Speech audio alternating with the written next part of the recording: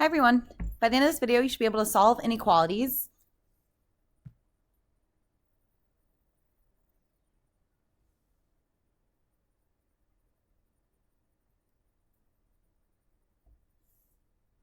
And as always, you'll want to check your final answer and make sure that they're all true solutions. So let's start with a little bit of a review. So what if I have something like x is greater than 4? You can kind of just, I don't know, let's make a number line here. So here's 0, here's 4, and I want the values where x is greater than 4. So that could be like 5, 6, so on and so forth, and it would be anything up this way. Okay, now it says x is greater than 4. It cannot be equal to 4. So you're going to want to include an open circle on that 4 because it's not actually included. Just like when we talked about interval and set notation, same conversation happens here. So you can graph your solution on a number line, or you can say anything greater than 4 in interval notation would look like 4 to infinity with parentheses on both. Okay, so this is going to kind of incorporate the stuff we looked at the beginning of the year and putting all that together. You can go ahead and try this one on your own. The difference is it's going to be less than 4. It's going to also be equal to, see what you would get. You can expand this a little bit further and kind of solve one of these equations for 5x plus 11 is less than or equal to negative 4. So what you would do is you'd kind of think about this like this equation, where you'd want to get x alone. The only difference is the symbol, you're talking about values that are going to be less or greater instead of just a value that's equal to.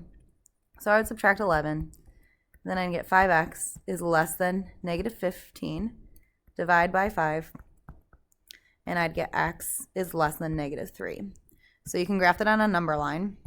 Here's 0, here's negative 3, and I want anything where x is less than negative 3 would go this way, so it could be negative 4, negative 5, and there's an infinite amount of solutions, which is why we need to make sure we're not just saying x equals one value. And since it's less than and not equal to, I'd put an open circle on that.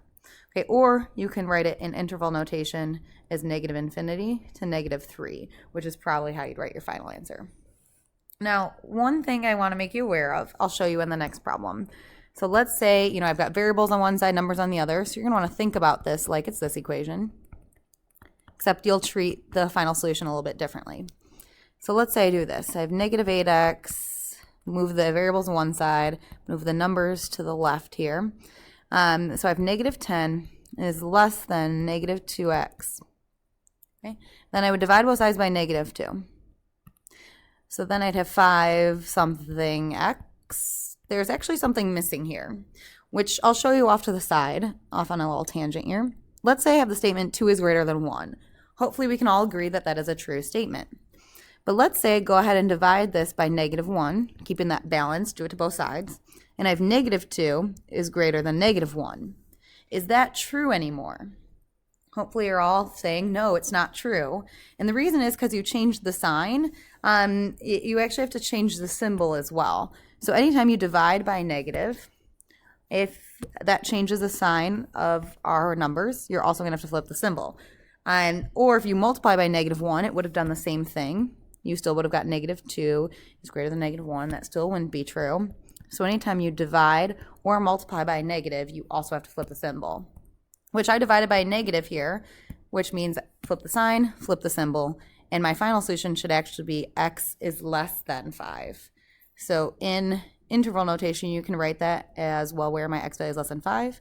It can go all the way to negative infinity, but the greatest thing it can be is 5, so I'll stop it there. Okay, what is new for today is doing an absolute value inequality. So let's take a look at the absolute value of x is greater than 4. And the best way to kind of figure out what this looks like is to think this through. So here's 0 on a number line, here's 4.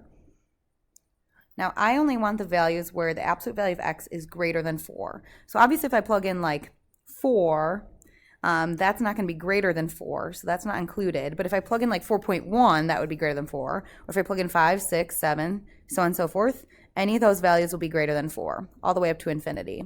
So on one hand, our solution would look like this. However, the absolute value poses a new thing to think about, is what if you plug in like, what if I plug in like negative 5? So if I take the absolute value of negative 5, that actually equals 5, which would be greater than 4. So on the flip side, there are going to be other values that work because absolute value makes everything positive. So one of those is going to be negative 5. 1, 2, 3, 4, 5. That works. If I plug in negative 4, that'll be equal to 4. So it's kind of the same thing. 4.1 would be included, but 4 would not. And if I plug in negative 10 here, you get 10 is greater than 4. So anything this way is also going to be part of our solution. So just like you had absolute value in equations, absolute value inequalities will also have two solutions. So anything from negative infinity to negative 4 will work. And also anything from 4 to infinity will work. Okay, so it can be either this or it can be this, but nothing in between. Whereas I want you to take a look at this one and kind of think it through. Draw on a number line where your solutions would be, considering what we talked about here, and I'll come back with the answer. Okay, if done correctly, your number line should look something like this.